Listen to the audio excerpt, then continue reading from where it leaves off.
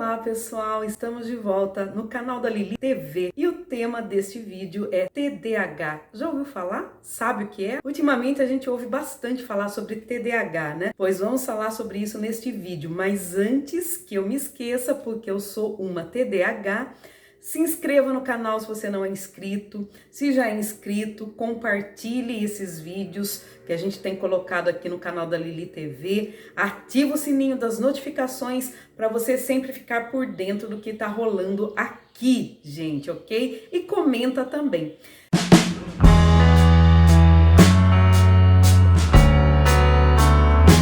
Mas vamos lá para o tema de hoje, né? TDAH, transtorno de déficit de atenção e hiperatividade.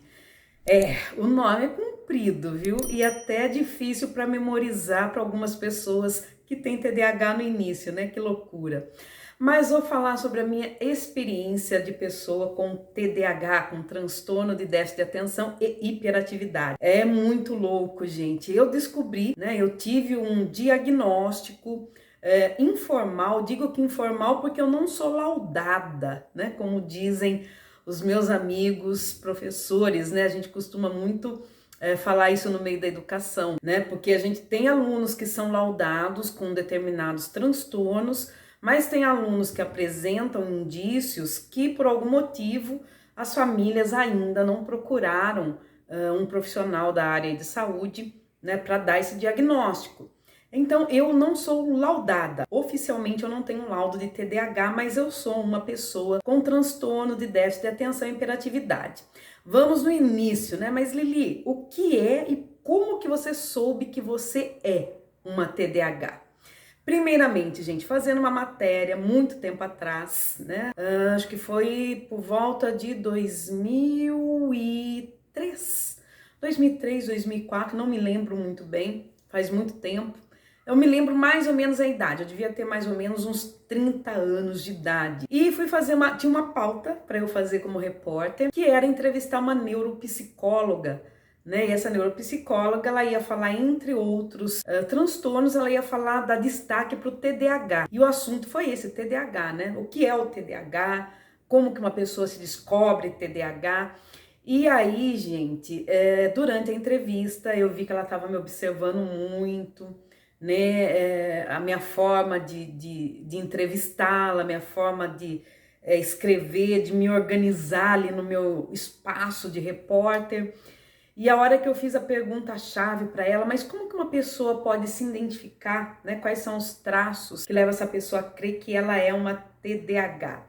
E aí ela me falou o seguinte: você é uma TDAH. Aí eu, opa!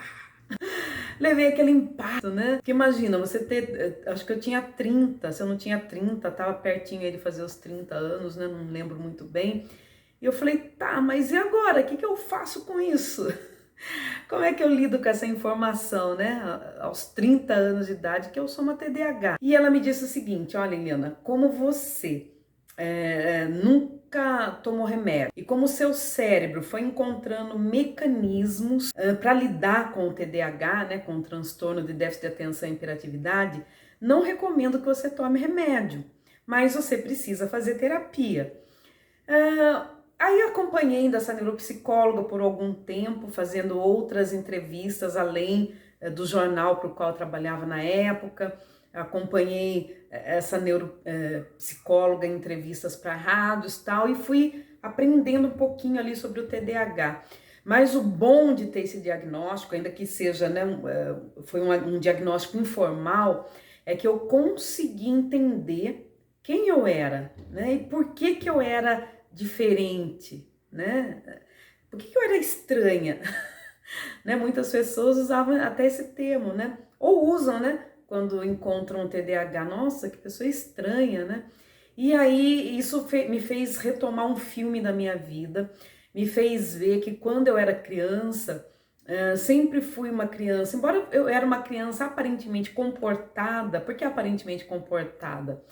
Porque eu sabia que se eu aprontasse, o negócio ia pegar pro meu lado, né? Então, eu era muito esperta, eu evitava aprontar assim visivelmente para a coisa não pegar pro meu lado, né? Para a mãe não pegar o chinelo Havaianas branco de tirinha azul e dar umas chineladas em mim, né? Quase sempre eu fugia das chineladas dela, não conseguia me pegar. Mas me fez ver como que era como que era o meu comportamento durante a infância, durante a adolescência, isso lá nos 30 anos, né? De que eu tive esse diagnóstico informal aos 30 anos, já se passaram 17 anos. Tenho 47 anos. Já se passaram 17 anos. Mas de lá para cá eu comecei sozinha mesmo a estudar mais, pesquisar mais sobre o TDAH, o que causa, como que é, por que que eu sou uma TDAH, como lidar com isso. E confesso que logo depois que eu tive esse diagnóstico, eu não me preocupei em procurar terapia, não me preocupei em fazer absolutamente nada, né? Falei, vivi a vida inteira assim, então vamos seguir assim mesmo, né?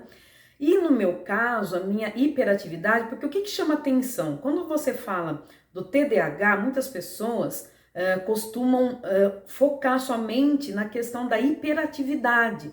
Todo TDAH é hiperativo, não para quieto o tempo todo. E não é bem assim, né? Depende do nível do TDAH, dos traços aí de TDAH que cada um tem, mas tem pessoas que a hiperatividade ela é mais mental, né? Aquele turbilhão de pensamentos do que física. Tem pessoas na minha família que tem os dois, tem o turbilhão físico, né? De não parar quieto, de estar sempre em lugares agitados, sempre um lugar para o outro, e tem o turbilhão mental também. E vou explicar um pouquinho já sobre as causas, mas antes eu quero fazer esse breve relato de como era o meu comportamento, né? Como era e como é, né, o meu comportamento. E aí na infância, sempre fui uma criança muito criativa, né? Uma criança cheia de pensamentos ao mesmo tempo, e aí uma das formas que eu colocava, que acalmavam os meus pensamentos, era quando eu estava desenhando, né? Aprendi a desenhar sozinha, então eu gostava muito de fazer desenhos de moda, fazia desenhos, gastava muito lápis de cor, porque eu desenhava inclusive em horário de aula.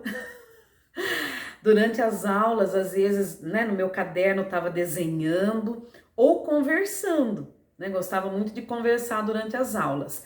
E eu me lembro de uma experiência que ficou assim marcada mesmo para mim, que na primeira série do ensino fundamental teve uma aula que eu conversei tanto, me distraí tanto, estava tão boa a conversa, que tinha uma outra aluna que ela sempre era mais devagar para copiar as lições, né? Ela demorava muito para copiar as lições. E nesse dia que eu estava lá toda distraída, conversando, né, animada na conversa, nem aí focada na aula, né? Primeira série, né, do ensino fundamental. Eu me lembro que a menina conseguiu terminar a lição antes de mim. Ela se chama Viviane, né? A Viviane, me lembro o nome até hoje dela. Coisas incríveis, né? O TDAH, no meu caso, eu acho que eu tenho memória seletiva. Tem coisa que eu fiz a semana passada que eu não me lembro, mas eu me lembro do nome da menina da primeira série, Viviane, que demorava para copiar mais as lições. E nesse dia que eu fiquei lá conversando, me distraí, eu não consegui copiar a lição da lousa e eu tive que emprestar o caderno da Viviane. Aí me deu um estalo, né? Falei, epa, tem alguma coisa errada.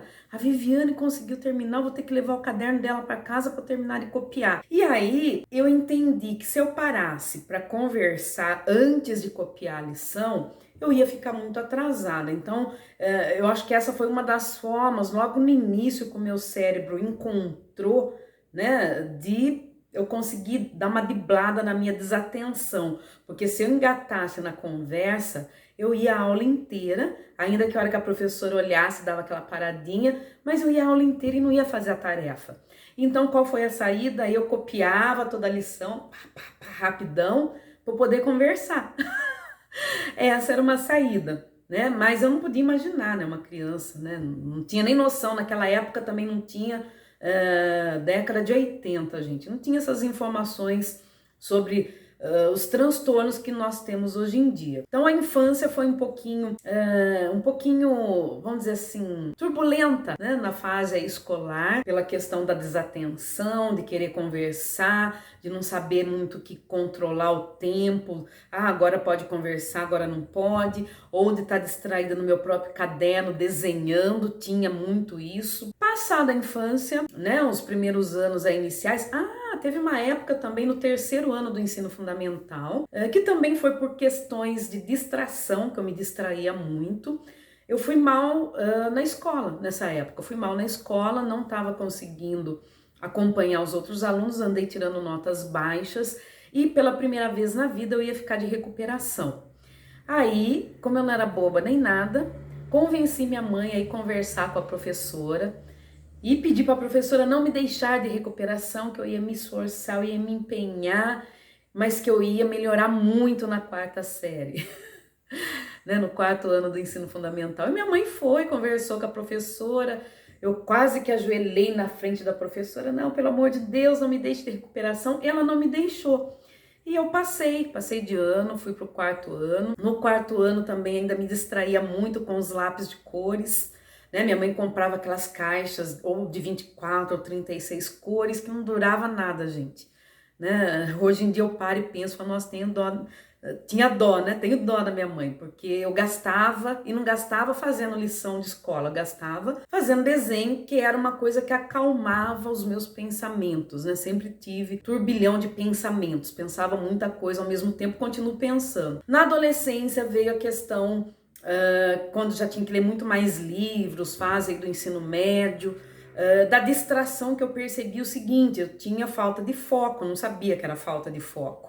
Eu sabia que eu não conseguia ficar muito tempo numa leitura ou que eu não conseguia ficar muito tempo estudando. Então eu fui encontrando estratégias para estudar. Uma das estratégias que eu tinha era fazer leitura daquilo que eu estava estudando. Então eu lia em voz alta, como eu estou falando com vocês agora. Lia em voz alta e depois eu escrevia, que era uma forma de eu memorizar aquilo que eu estava fazendo. E essa era uma forma que eu consegui.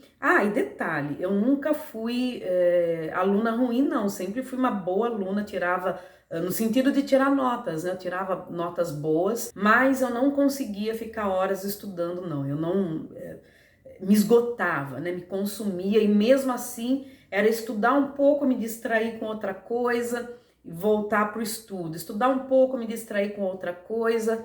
E a leitura também era um processo, percebi aí na adolescência, que era uma fase que eu até li muitos livros, né? Principalmente literatura, que eu sempre gostei, literatura e histórias da coleção Vagalume, que eu lia muito também desde o ensino fundamental, mas eu me distraía, eu me perdia muito nas leituras. Mas como assim você se perdia nas leituras? A forma de um TDAH se perder na leitura é o seguinte: lia uma página, lia 2 páginas, esqueci o que eu li na primeira, e aí voltava para ver o que eu tinha lido na página anterior. E isso é, gente, algo assim que me acompanha para a vida, né? Ter que voltar e ler, e ultimamente eu confesso que quando o estresse do dia a dia está num nível elevado, eu não consigo fazer leitura de livro, né? Faz um tempo que eu não tenho conseguido fazer leitura de livros, embora a leitura seja algo do meu dia a dia, uma ferramenta de trabalho. Eu consigo ler os textos que eu edito, eu consigo ler os textos que eu publico, né, as matérias que eu escrevo, enfim. Mas livro é algo que a minha concentração ultimamente que eu digo nos últimos anos, não tenho conseguido. E isso me fez voltar para a terapia, né? Como eu não fiz um tratamento específico para o TDAH, fiz terapia 17 anos atrás, por um outro motivo, não foi pela questão do TDAH, e agora eu voltei por entender que a terapia ela é essencial para quem tem TDAH, né? Então voltei, faço sessões aí com psicólogo 2 vezes no mês, que é uma forma de poder lidar com essas questões aí do TDAH. Então a desatenção, a impulsividade, a hiperatividade, são características de quem tem TDAH. Aí você pode perguntar para mim agora, mas quem dá esse diagnóstico? O diagnóstico do TDAH, gente, é dado por profissional da área de saúde, né? Ou é neuropsicólogo, ou neuropediatra, no caso das crianças, neurologista, psiquiatras, são profissionais da área de saúde que podem dizer se você tem ou não TDAH. Existem testes online, gratuitos, que dá para você fazer, mas esses testes, eles vão indicar, né, uma probabilidade de você ter ou não o transtorno de déficit de atenção e hiperatividade. E é bom procurar um profissional, sempre, né, para você saber o que você tem e dentro disso buscar ajuda. Pois bem, esse ano, né, fazendo terapia, tenho percebido como que é possível, como que teria sido possível lidar com o TDAH se eu tivesse buscado ajuda antes, né? Entre as causas, né, falando um pouquinho aí das causas, né, que pode falar, mas o que causa o TDAH, né? A gente tem a questão aí da predisposição genética, ou seja, você pode herdar do seu pai, da sua mãe, né, dos seus avós, né, vem no seu DNA. E também tem alterações nos neurotransmissores, né? Ou seja, na dopamina e na noradrenalina, que estabelecem as conexões aí entre os neurônios, né, na parte frontal cerebral, né?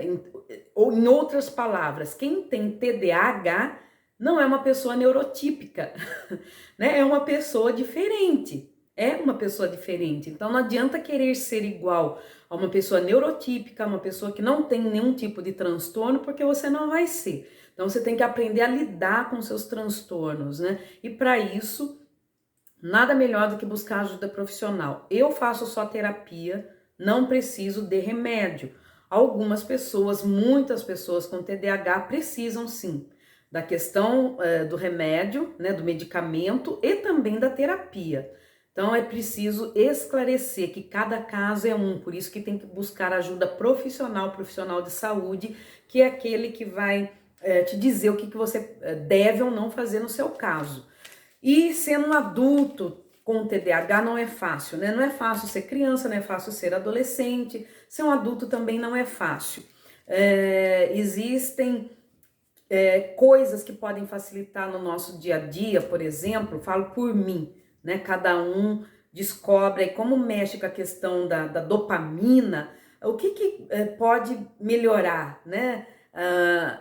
Esporte, atividade física. Quando eu caminho, quando eu pratico caminhada, né, que é uma atividade física, eu vejo que os pensamentos, eles vão dando aquela sentada, dá aquela acalmada, né? Eu percebo isso, e da mesma forma eu percebo quando eu estou estressada, o turbilhão de pensamentos é como se tivesse ali uma centrífuga, né? A coisa é muito louca. E a gente tem que aprender que nem todas as pessoas, né, nós, pessoas TDAH, nem todas as pessoas têm informações sobre isso. Por isso que eu achei importante hoje trazer esse vídeo e falar sobre o TDAH. Se você não sabia o que é, agora você sabe o que é o transtorno de déficit de atenção e hiperatividade, e saiba que não só crianças, como adultos e pessoas também aí na terceira idade também tem TDAH, porque se ela já nasceu com essa questão, né, se ela já nasceu não neurotípica, isso vai acompanhá-la para o resto da vida. Não tem cura, mas é possível você lidar com os sintomas, né? Você amenizar os sintomas, você trabalhar a sua capacidade de foco, de atenção, buscar coisas que te aliviam no dia a dia, né? E mais uma coisa interessante, eu não conheço um TDAH que não seja criativo.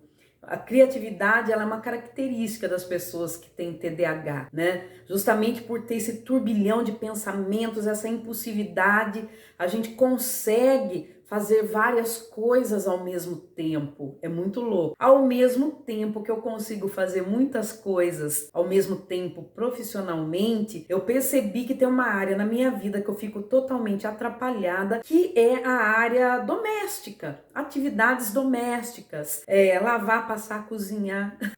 dar conta dessas tarefas domésticas, para mim é algo meio complicado, gente. Então, eu começo a fazer e se eu não falar, vamos, Eliana, faz, não se distraia, eu paro para fazer outra coisa, daí eu esqueço, mas peraí, eu comecei a varrer, eu tenho que terminar de varrer.